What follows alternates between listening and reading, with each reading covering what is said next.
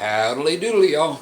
Scott Grove here of GroovyMusicLessons.com, and I actually finished every one of the original questions, and it took me 20 episodes to do it, and those questions were the ones that were ended by the 15th, which was the deadline for answering questions of August. Today is now actually August 24th, my dad's 74th birthday, and I'm going to continue with the final 13 pages, which are questions that were asked on the original questions page. Again, for those of you asking questions on the answer pages, like hour number 17, no, you're not getting your stuff answered online. Or on here, on the air, you're getting that answered maybe in the things. But so I have completed the initial task. Pretty groovy, and exactly 20 videos.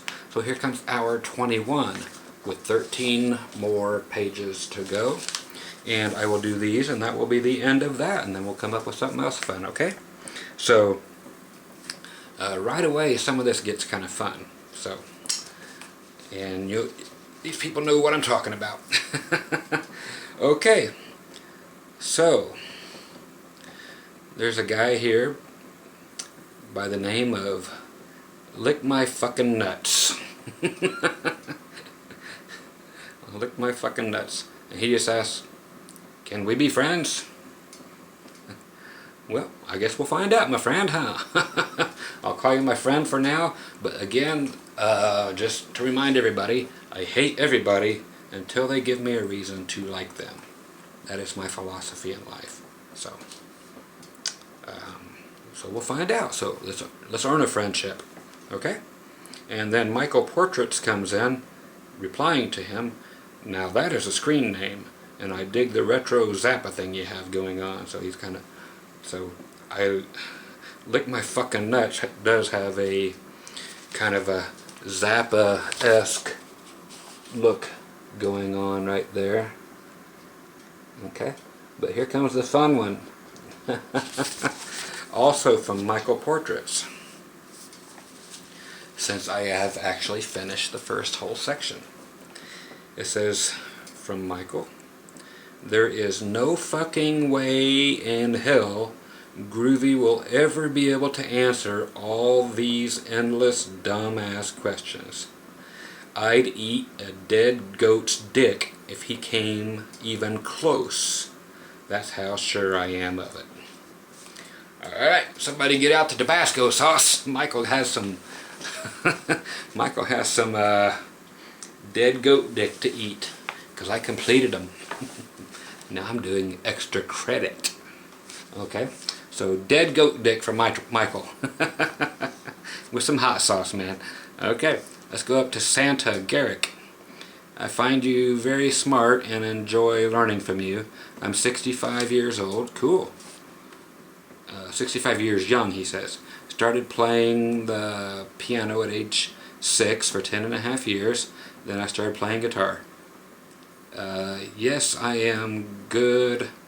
Great. Well, says back in the day, my band opened for the Doors, the Monkees. Cool. Played with John Denver. Very awesome. And so on. So am I crazy? Yes, of course, we have to be. But my question is, what do you think about French polishing a guitar? Thank you, and I wish you happiness from one of your students, Garrett Frazier. French polishing. Guess I haven't heard of that one, my friend. You're going to have to tell me what it is. I know what French kissing a guitar would be, or a French tickler, and all kinds of other French stuff. But French polishing, I'm going to have to Google it and answer you back on part 22, but this is part 21 or something like that, so I'll see if I can figure out what it is. So I will look it up. Let me mark it so I can remember to look this up. French polishing a guitar. French polishing a guitar. Okay, I will Google it in an hour. Let's see what I come up with, what it is. Okay, and I will come back to you, I promise. Braden Nixon, Scott. This is from a bassist, but I just want to know, do you prefer a 4-5 or a 6-string bass? I like 4s for me. 5s are fun to get those extra notes, those 5 extra notes. 6, if you're, you know, Victor Wooten don't even need him. I can see it. I just think guitar players and bass players are getting in each other's way these days. For a bass player to go extended lower down to the B makes all the sense in the world. I can't imagine the world without 5-string basses. A 7-string guitar I think is plenty, but any more is retarded. But I personally just like 4-string basses for me. You know, I've played them all, but then the 8 strings are fun, you know, as far as just being doubled up, are fun, you know, with the octaves are fun. But yeah, just a good old 4 is what I like and what I have. I don't have any 5s in here at all anymore. I had a bunch, and now all of my basses are 4s. So there we go. Here's from Joe Tucson, T-O-S-A-N. Hi Scott, if you ever go on vacation here in Malaysia, would you let me buy you a beer or two? Root beer. I wish I could have real beer again because I loved it, but I haven't drank since the day I turned 21. I quit, and then I can't drink because of the medications I'm on. But I'll let you buy me a root beer float. Root beer and ice cream, man. I'm there. So yeah, hey, I'm going to do nothing but travel the world. So if I live long enough for by the hand of whoever, if anything, and I actually do get to stay alive for some reason, that's all I want to do is travel and come see all my cool folks. So yeah, you got it, buddy. Here's Diamond Dust replying to the guy who put out the video on my dumb motherfucker video. He made a copy of it and then rehashed it, and I got him for copyright. Diamond Dust just wrote, "Hey asshole, how does it feel to be a fucking loser and a failure, you piece of shit? You're the kind of cunt that needs a shot in the teeth, you selfish pig bastard. I hope he sues your fucking ass off until you have nothing, scumbag." So that's from Diamond Dust. Rock and roll, my friend. And yes, I did. And I'm still am. So he is not done.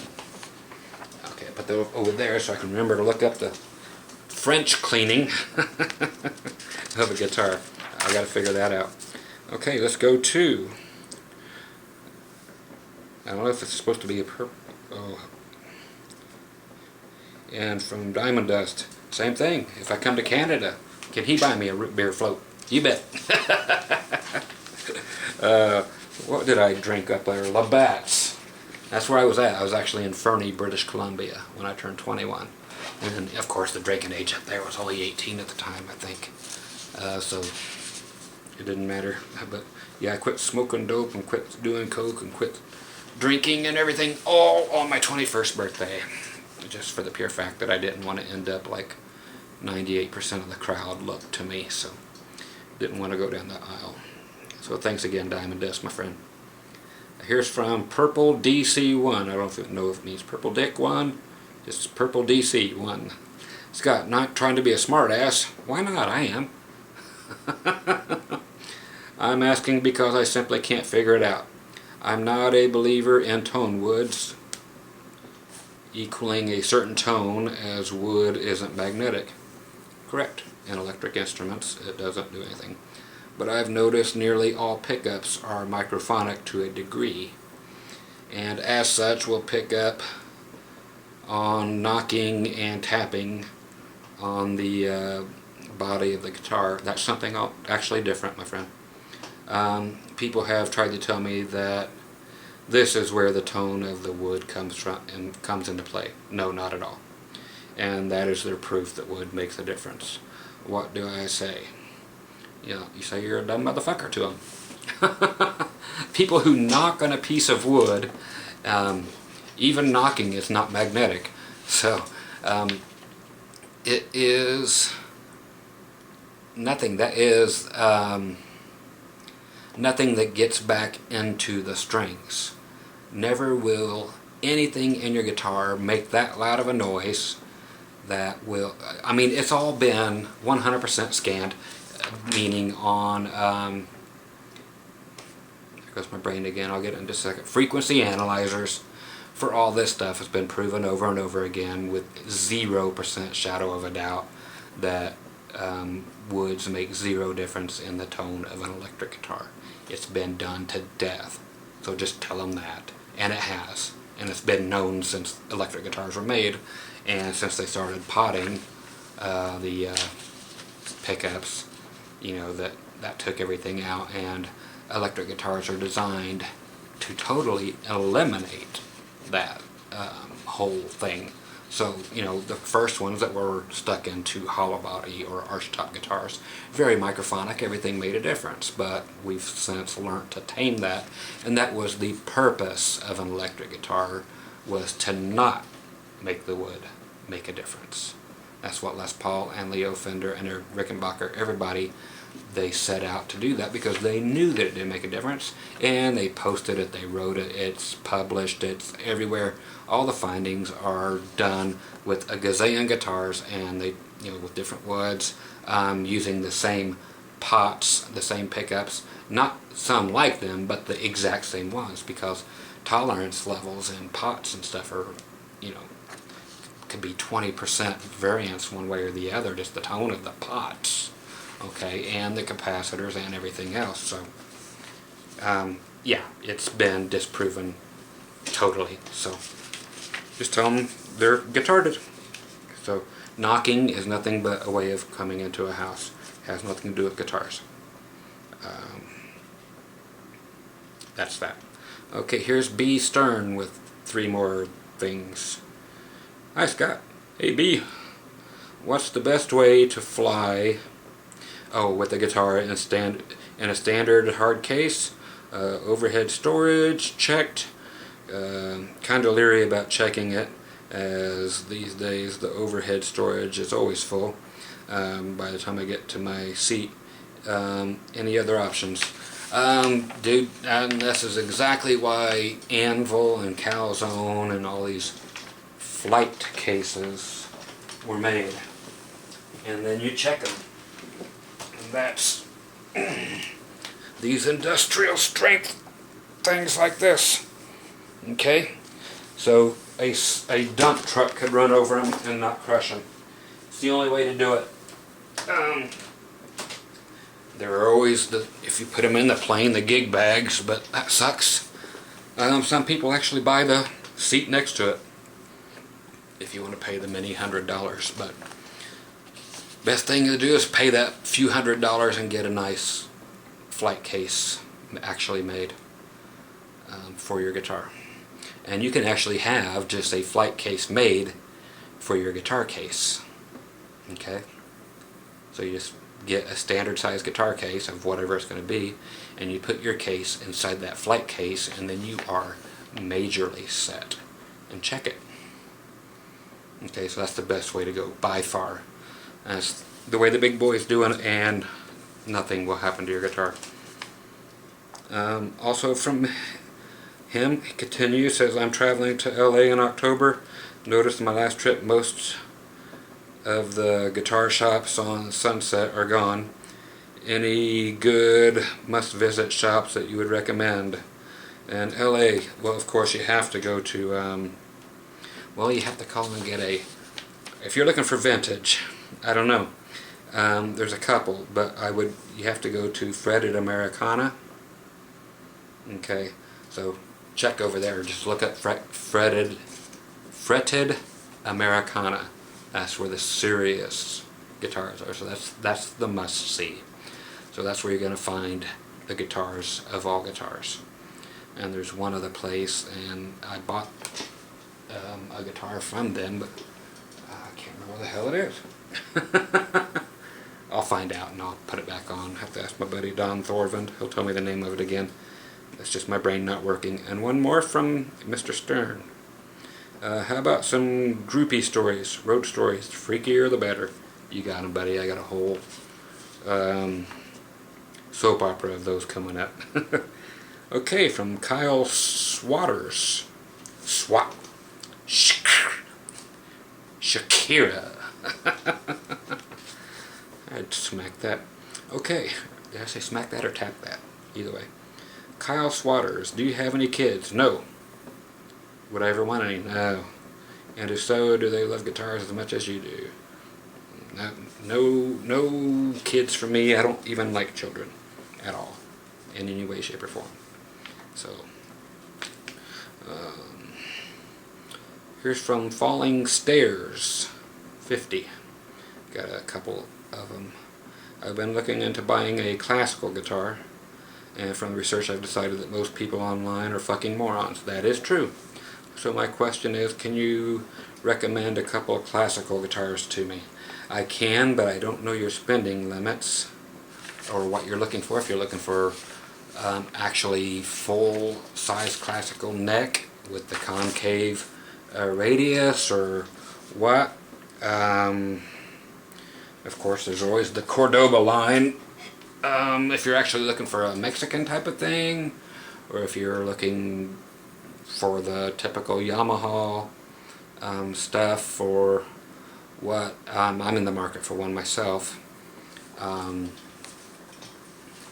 Not sure which route I'm going to go.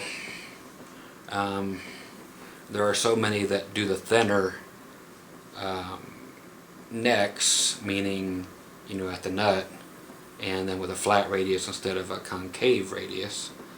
And everybody's like, well, that really doesn't sound like a classical. It's like, it's got nylon strings, it's going to sound like a classical. It's just going to play easier for people who play regular width guitar necks. But again, like I said, I don't know if you want to spend $10,000 or if you only want to spend $300 or what, but I'm probably going to go Yamaha or Washburn, but probably Yamaha for my classical, I'm thinking. That's where I'll go. Again, the Cordoba goes all over the place, and you can spend as much or as little as you want, but Yamaha is where I'm probably going to go. What's the highlight of your musical career? Did I do that one? I think I did that one.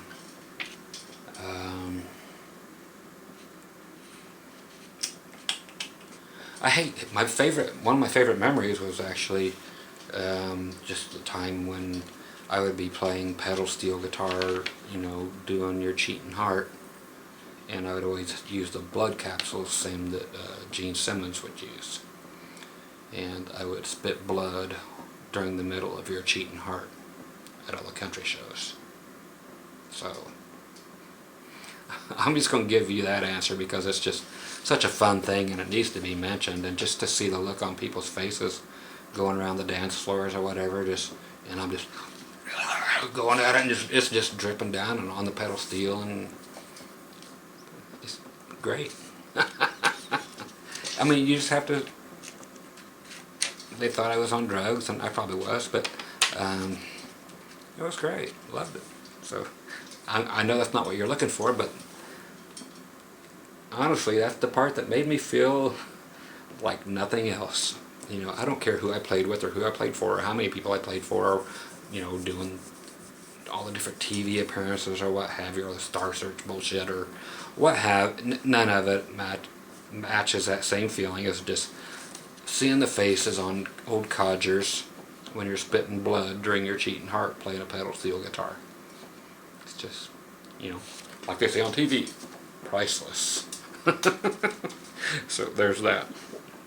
Here's from Iggy Tommy. Are you aware how very verbose you are in your videos? Well, I guess probably so.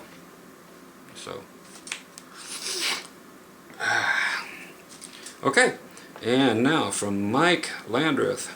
Hey Scott, not so much a question, for this, just a lesson idea, restringing those power slides.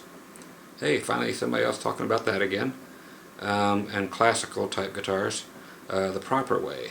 Thanks, man. P.S. I wouldn't mind buying you a beer. Everybody wants to get me drunk.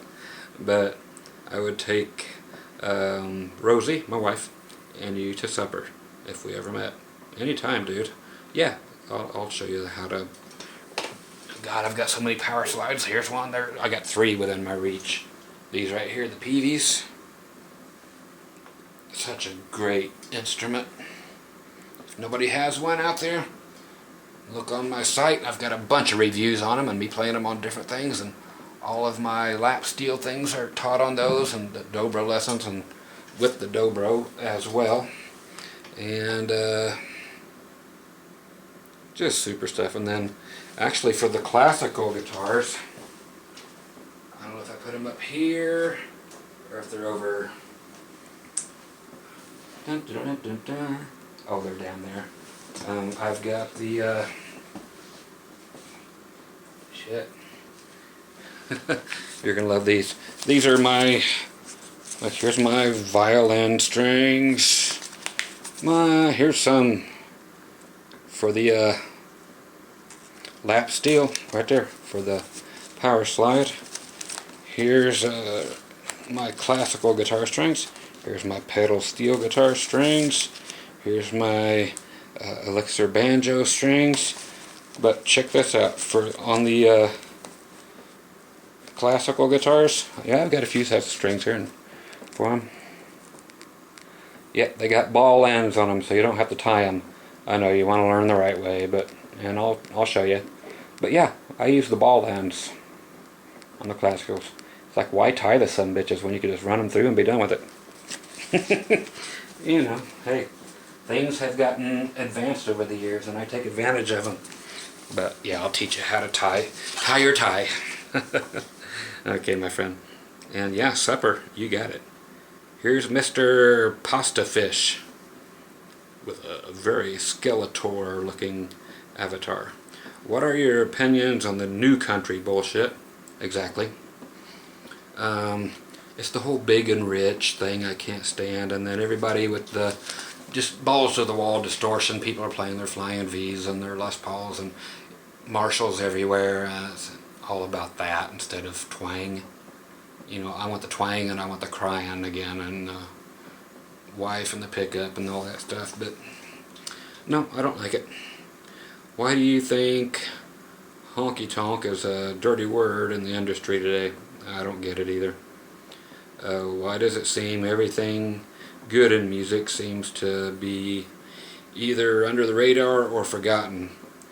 Because everybody's retarded. Everybody's retarded these days. They just don't know what music is. Same with all our parents, you know, hated our music, but I think it's more than that now.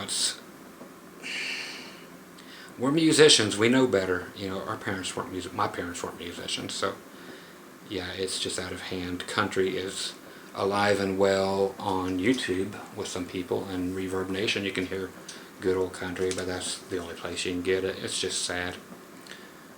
Why is it when you ask someone a little younger than you about a music icon, whether it be country, blues, jazz, pop, whatever, the genres, they look at you like you're the idiot?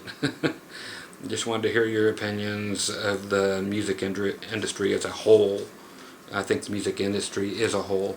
Have we become too shallow? Nah, well, the world has, but and you knew it was coming to this. It's all going to be done on synths and drum machines and what have. Everything will be done on computers, which is already almost 99% of everything recorded is recorded via computer. You know, tapes are gone. You know, the big reels where they had warmth. You know, it's all digital now, so it's not far away from. I mean, there's not going to need to be any musicians anymore. You know, that music will come soon, I think, and just the artists will be gone. Period. I don't think we're that far away from it. Probably 100 years, I'm thinking. You know, but it'll be gone by then. I don't think they will be musicians at that point. I don't know how they will create it, but they will create it. Let's see. But yeah, the whole... I don't get music these days, and I think it's just a lost cause. I really do. There's no good music except for people who haven't been signed, as far as I've heard, in a long time. There are good players. There's no good actual product out there. It's because of the suits owning the labels instead of the musicians owning the labels. But it's never going to change. It's only going to get worse. Okay, just like Kiss went out and bought a football team. You know, just like Queen did at one time too. You know, it's like... so, yeah, Gene and Paul owning football team. Going to LA with LA Kiss. Yes, it's done. It's inked. It's bought. So, we'll look for that in 2014. LA Kiss football team. Okay, here's Christopher Cloudstrider. Have you any experience with the Graphtec tuned tuners? Graphtec tuned tuners. No, I guess not. I've got Graphtec everything up here. Graphtec nuts and Graphtec saddles and all that I'll never use, but Graphtec tuned tuners. I'll have to go look that up too on break here. If so, please rate and criticize. If not, please check them out, which I'll do, and rate and criticize them. I've only an inexperienced guess, and my guess is they are a gimmick. Okay, I'll mark these down, and I've got to look up the French cleaning, and I will look up this as well while I'm uploading these to my computer on the break of this one between hour 21 and hour 22. Okay, next page. And we are to Sid Burke. No, I'm not. I'll go ahead and do Sid and come back and get the other one. Hi Scott, what is your favorite guitar amp of all time, and what makes it your fave? Of course, that is the Johnson Millennium. Johnson Millennium and the Johnson Millennium. Two 12AX7 preamp tubes, all digital processing and solid state power. What makes them great is my sounds are in there, the exact same sounds on every single amp, because you just run a MIDI cord from one to the other and they instantly transfer your sounds to the next amp. They sound identical immediately, so the sounds that I had been creating for 15 years are not lost. I can put them on my computer, which I do. I share the sounds with everybody all over the world. People can share one patch or a different patch, but all the effects are built in there. You don't need any outboard stuff. So you have that tube sound, you have the digital processing, which is amazing, S-disc processing, which is a Digitech thing, and they don't fail. They're amazing. They do everything for every genre of music. The reason they died out is because of the presets in them just sucked. They put them out. Had they put them out with my presets or my patches, they would have made it. And am I patting myself on the back? You bet. I've got some great shit in there that nobody has ever thought of, and I gladly hand them out for free. So, Johnson Amplification. There are other companies out there called Johnson that make horrible amplifiers and other stuff, but Johnson Amplification, they went by the wayside around 2002 or so, 2003 maybe, but I will play nothing else. They are fabulous. Okay, and then here, let's go to Giuliano Gentile. Hey Scott, I'm getting a free cabinet and I need a head for it. What would you recommend for a good cheap head? I don't know what you're going to play. I don't know if you want a tube head or a solid state head, something with all the effects in it, how many watts you want, I don't know what kind of cabinet you're getting, what kind of speakers are going to, so a good cheap head. Generally in this thing, I would actually honestly recommend Crate. Seems to usually be where people go, or PV. There's a PV Supreme head, which is very cool. Any of the old Crate stuff, there's a blue Voodoo head, which is a nice tube head. And there are some other solid state ones which were really nice. There's an old Fender M80, which is like a stereo chorus amp, so you can put one speaker and the stereo separation's real nice, and you can put, it that way. And it's just a nice clean solid state amp, and you can get for under $100 any day of the week. Gray carpeting on that one. But there's a few for you, so hope that helps out. And again, there's the PV Rockmaster, I think it is, head also, and the musician heads, and the PV makes some really great stuff, and the Crate stuff you can get for nothing, and they will last forever. PV, you can't kill them. No matter how much you want to, you can't kill them. Okay? Let's go to, let's see. Is this Charles Reddit? Hi Scott. I bought all of your videos, I think over a year ago. I really enjoy learning from you. Thank you so very much, really. No question, just a statement. I sure hope I run into you in the hereafter. I call it the new system. We can play to our heart's content. Death is not something to fear, because in the twinkling of an eye you will awaken to a paradise condition. I sure hope so, my friend. No more sickness, no more death, no more sorrows. Look at Revelation 21:3 and 4, a very comforting promise. Peace, my friend, and you are loved. All you can say to that is thanks. Thank you, Charles. I appreciate it, my friend. So, and I hope you're right. I really do. I have all the hope in the world. I have no faith, but I have hope. Okay? Makes sense? So, if we get there, it's a date. Okay, here's one from Manana420. Okay, it's a dope smoker. 420. I hate people who that can't spell either. I don't know if they meant to do that or what. Is that who or that? Answer that question. Guess I can't. I have no idea what the hell you're talking about. And from them again, no, seriously though, how many gigs have you played? Okay, I guess there is actually something. How many gigs have you played? Thousands and thousands and thousands. A lot of times 7 days a week, for years at a time. Okay, and then over the course of 25 years or so, at that pace. So, and what was your favorite?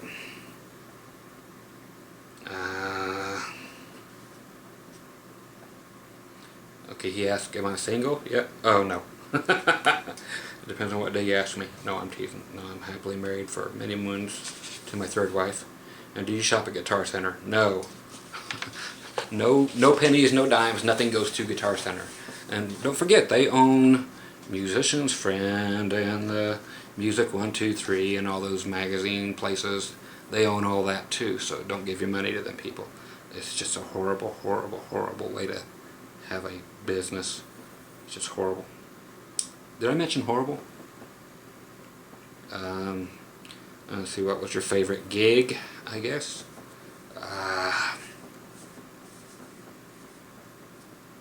I guess one of the funnest ones was with Sawyer Brown, and I was with the Pirates of the Mississippi. This was actually a place for anybody who cares. It was called Deer Creek back when, Noblesville, Indiana. Playing outside the theater. Anybody that from Indiana, you know the place. It's just real fun. Mark Miller from Sawyer Brown was always fun. They were the winner on season 1 on Star Search, and we were on the next to the last band that ever played on Star Search ever. So on the last season of Star Search '94, so we were told to come down. We had to lose, but we get paid and we get our per diems and just getting paid every day, and get to ride everything for free, and all our food and our traveling and our shuttling back and forth and going to all the theme parks and blah blah blah. They said just come down here, do one song, record it at the studio. Here's the money. You're going to pantomime your instrument stuff and just sing live. But so that's what they did. Always, all the bands, they never played. You know, they just lip synced their instruments, but they actually sing live. So that was an interesting gig. Okay, let's go to Quint Udall, D-A-L-L. Why do you make all of your videos? What satisfaction does it give you? What is the most gratifying feeling you have gotten from these videos? Why do I make the paid ones? Just to get through life and support my wife. These here on YouTube are just my way of paying things forward, and my satisfaction is paying it forward. Most people are generally negative about the whole thing and trolls for the most part, but I've got most of those blocked after all these years. And what's the most gratifying part of it is actually, okay, I'll say it, love. There's some genuine love from a few people out there, and that's cool, to be loved by people who you've never met, but they genuinely love you and you love them back, just because it's hard to find great people anymore. You know, so I have no doubts that some of these people I could just go hang out with and it would be no issue to do so. I wouldn't wonder how they are or anything. I would just go and hang out, and I could leave $1 million on their table and they wouldn't touch it. But these people, they just wish you all the best, you know, especially in my health condition and so forth, and you know they mean it, and they're pulling for you, and they're calling in their God cards and anything they can, and it's just, you don't get that from even your own family usually, you know. I'm never near my family, so I don't get it, you know, so, and I never really got it before, but yeah, man, you get real love and support from a few people, and that's cool that exists in this day and age, and you can get that just via a video. You know, you actually touch people somehow.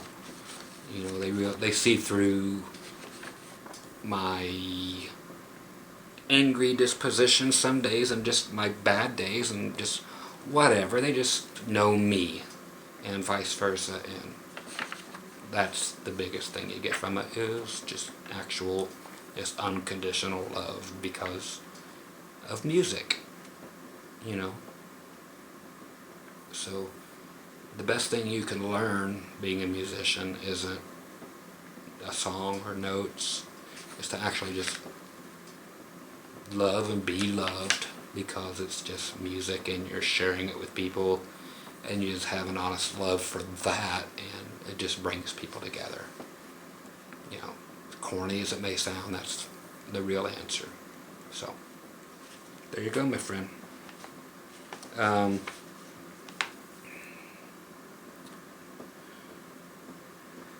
I guess this here's just a dickhead. I don't know. SBJKD. Biology and triangles. And he calls us dumb motherfuckers. Nice. Biology and triangles. Whatever.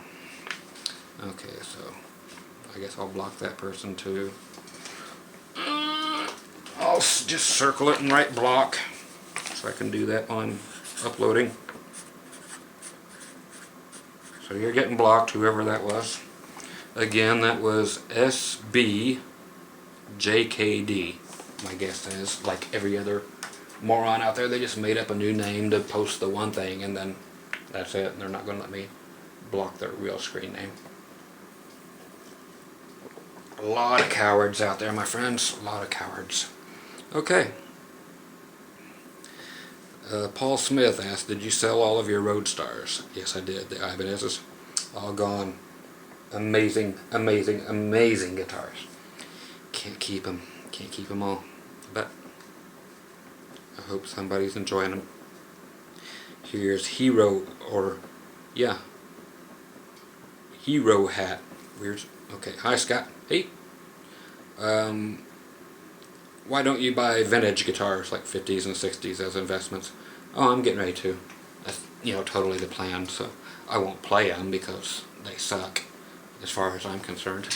They're all buzzy, noisy, crappy, 3-position strats, buzzy tellies that I hate again, and buzzy everything.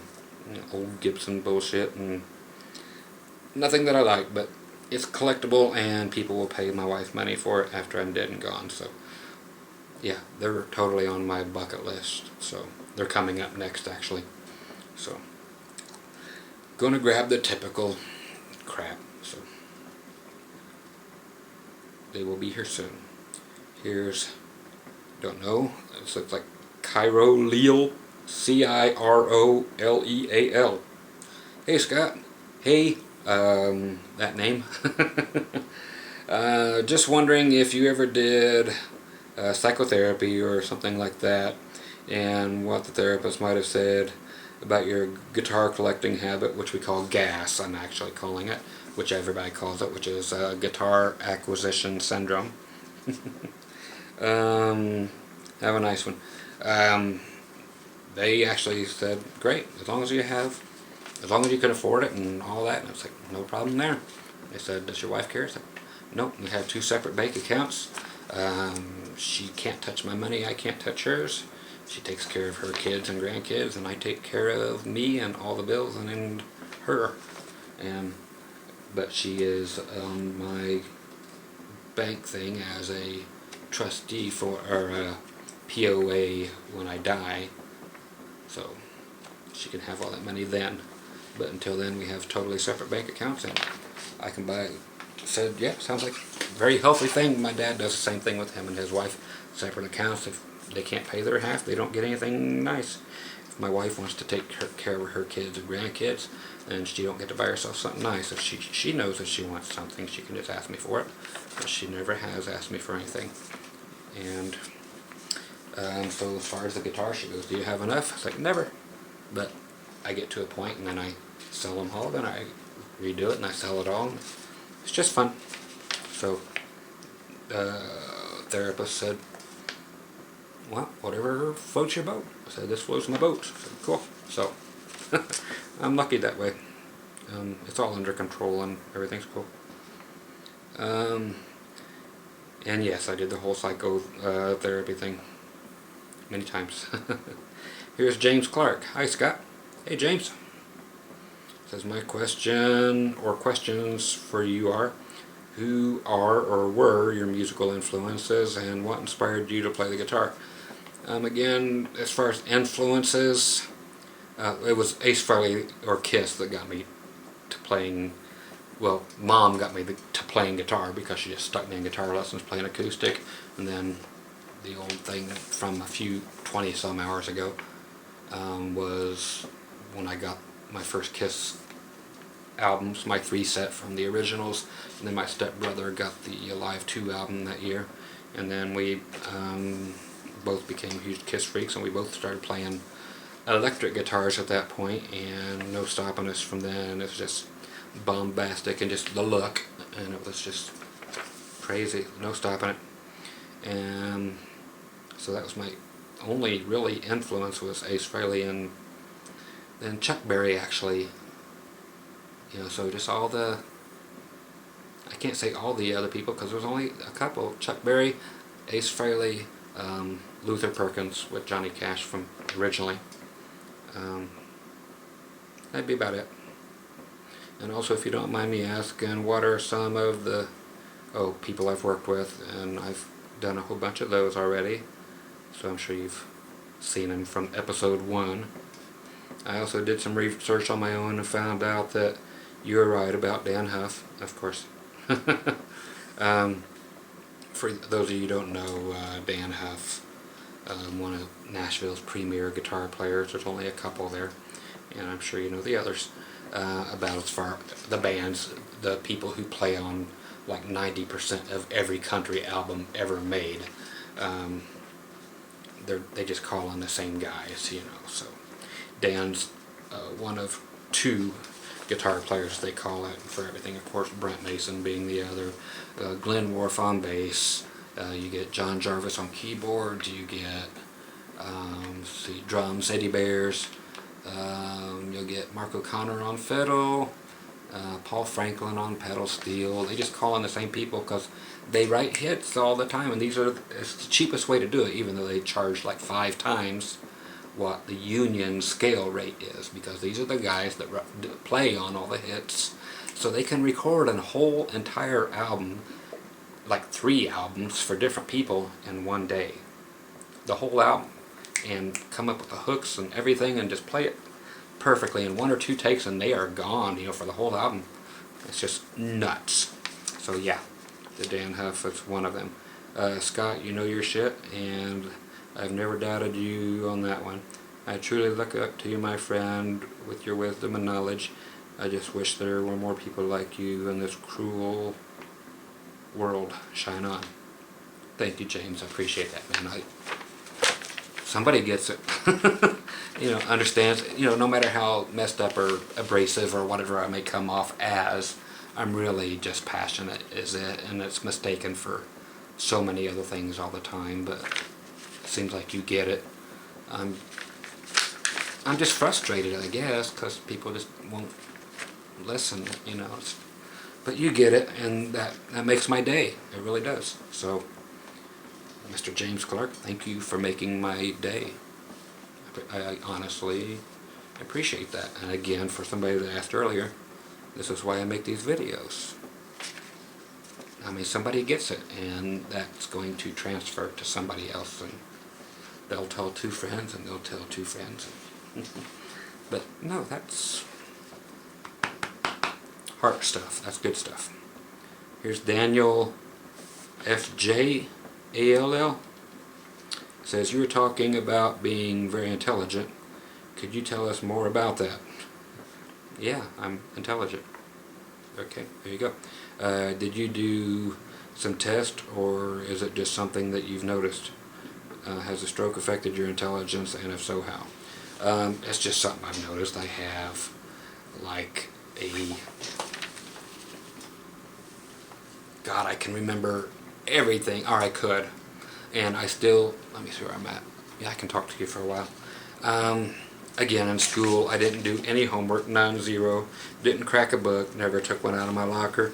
Just listened in school to everybody else and asked the teachers what I needed on the test to pass the course. They would tell me, and I would, you know, get that or exceed it and just get through school, because I knew I was just going to be the musician. And I could have done the same thing through college and just zoomed through it and been anything I wanted. And again, like I said, and this Jeopardy has nothing to do with anything. It's just a trivial game show. But yeah, that kind of crap is a breeze. I mean, but I know so much about everything, and the retention was amazing. Things that happened before my stroke, I remember 98% of it. And I can recall everything. It may take me a second now, because, you know, it just does after your brain gets scrambled a couple times.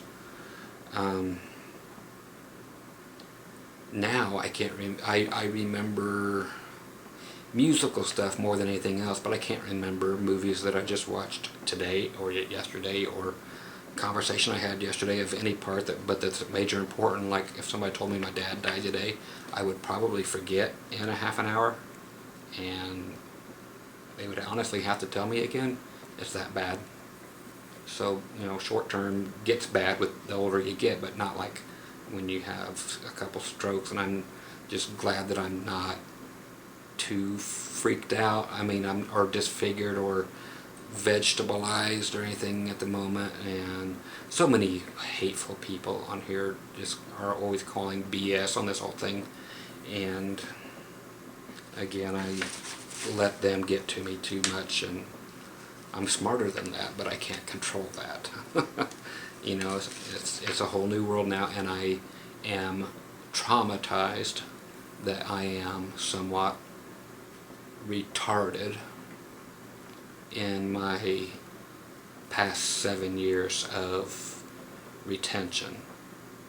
So the past 7 years I probably have retained maybe 5% of anything. I don't remember making most of the videos that I've done, you know, but the work is done. I don't ever have to make another video. I just do it, these freebie things or whatever, that's talking crap for nothing. But as far as the ones I'm selling, I don't know how many more I'll do of those, but I really don't remember making any of them for the most part. Just a little, bits and pieces, but I don't remember doing them. I'm glad I did, but I don't remember doing them, to tell you the truth. So that is the hardest thing to deal with, I think, is, you know, I don't mind even doing the whole dying thing. I'm just mad. I am pissed off that I'm not allowed to be smart. I'm still smart with all my old shit, but, and to not be able to say words when I want to, that comes in a lot, and then I get stuck, and I have to stutter, and I have to think forever just to find a word, and to, right there, just trying to have to stop in the middle of a sentence to try to regroup. It's just ungodly frustrating. So, I mean, I would go head to head with anybody on pretty much anything and do a good job on any subject, you know. So, I am smarter than the average bear. And people confuse that with arrogance and all that stuff. It's not. It's just a fact, and so be it. I can say it and mean it. You know.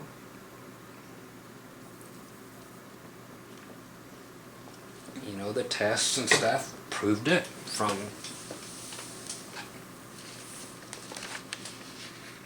back in school and stuff, and then they had me test again just to see, you know, no thoughts of cheating or anything, you know, but just, you know, your standardized testing and then actual IQ tests and stuff, and it's like, okay, I'll show off, and I show off, and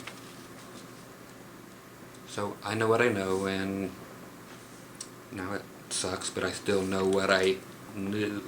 It's just recalling, getting it, and processing it, and getting it back out is just hard. So it's hard to regurgitate it now for some reason, but my memory, like I said, of the last 7 years is pretty much non-existent. But everything before that, fine and dandy. Everything's intact, 100%. It's just stroke, sorry, see ya, bye, brain gone. Then another one. Then you're not doing too well. But still, the retention from before the first stroke. Shit works in mysterious ways. But thanks for the question, and I could go about that on that for as long as you'd want. Okay, that page is done. Where am I at? I've got stripes. No, I got 6-7 minutes left on this. Hey, I might only have to do another video or two and get through all these. Buzzing right on through. Okay, here's Ann Sanchez. Hello, Mr. Grove. Hello, Ann. I love your honesty in videos. I also have health issues. I'm sorry, dear. Like you, I've always wanted an 87 Strat Plus, but can't afford one. Oh, I wish I could have one. They're so amazing. First year Strat Plus, amazing. And also don't have long to live, but my friend Jeff gave me his 87 American Standard Strat, which I don't know how to repay him, which are the same guitar except for the minus the lace sensors and the roller nut and so forth, but they were the same guitar, but just different pickups and the roller nut. I was just wondering if the American Standard Strat was the same build quality as the Strat Pluses. Just love the sound of the lace sensor pickups. Thanks so much for your time, and if you can answer my question, yeah, they're exactly the same guitar, 100%. And sorry to hear that you'll be leaving as well. You know, maybe we'll get the jam together if there is a place to do so after this. So, but yeah, they're, like I said, they're the identically same guitar, 100% built the same. 9 out of 10 of these suckers ash or alder, whichever they depended on going with, because of whether it be solid colors or see-through colors if they needed the grain. But yeah, they're identical except for this lace sensors and the roller. So other than that, no, they actually, the pluses also had the locking tuners on them as well, whereas the standards didn't. And they had the brushed aluminum looking hardware, whereas the standards had the chromed hardware. So the tuners had that brushed look, and everything else kind of grayish looking instead of chrome. But yeah, the whole guitar was identical, so the quality is exactly the same, dear. Thank you for asking, and all my best to you. Okay, see where I'm at here. Got 4 minutes. Isaac Hunt. Hi Scott. Hey! It's fantastic that you are hot on correct spelling. Yes. But what are your views on the correct use of the ambiguous... Oh, I'm sorry. Oh, talking apostrophes. We are talking the Queen's English as spoken here in... Is it Blightly? Looking forward to your answer. Yeah, I'm big on the punctuation, big time too. So yeah, it just irks me bigger than anything. Yeah, just people who, I don't know how people sail through just the educational system, or even can live with themselves and not just have a basic concept of just spelling and punctuation.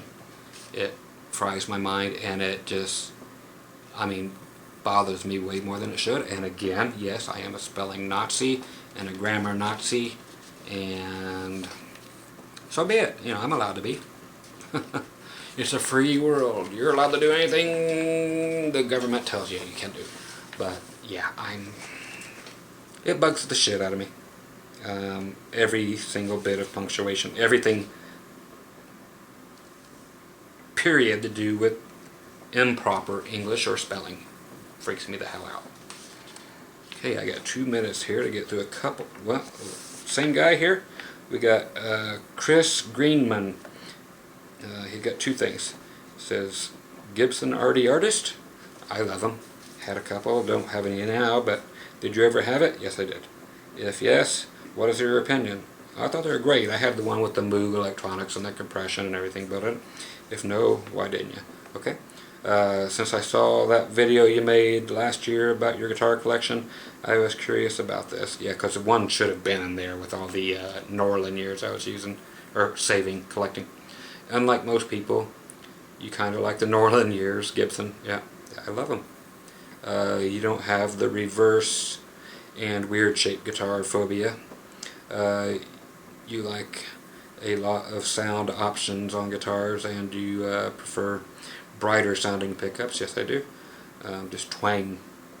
So by these parameters, one RD Artist had to be in your collection last year. It wasn't last year, it was actually like 15 years ago. But I'll get another one just for fun. Thanks for your answer, Scott. Yeah, I'm going to get another one. Yes, you have to have one. And it'll be the one with the Moog electronics again. I like it. The standard ones just sound like a Les Paul or an SG, and nothing cool about it. So I like the options. The more options, the better. The more switches and flicks and splits and whatever. And then onboard compression. Hell yeah! From Chris again, it says, by the way, I would really like to buy one Artie Artist guitar and one bass. Yeah, Artie basses were great too. To make proper groovy reviews of them. Oh, he would like me to buy them. Yes, I'll do them. I guess you can't lose any money on them because the damn things are more and more expensive day after day, that's for sure. Now I can just hope that you won't block me for being too boring. Everybody's worried about the blocking thing. No, you're groovy, dude. Appreciate it. But yeah, I will be getting the artists again. They're just too cool, and to have a bass and the guitar again, both the Moog Electronics or the Moog, two different ways. Many people, tomato. So thanks, Chris, and everybody else. I'm gonna go upload this and try to get another one or two of these in, and then actually do my work for tonight. So once again, Scott Grove, Groovy Music Lessons. Ask Scott Grove anything, and don't forget, my one friend has to eat something.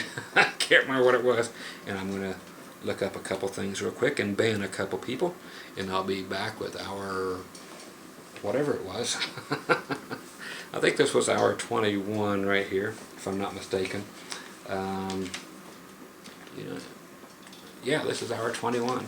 So I'll be back with hour number 22 here very shortly. Okay, talk to you guys soon, and groovymusiclessons.com for all of your sex toy needs.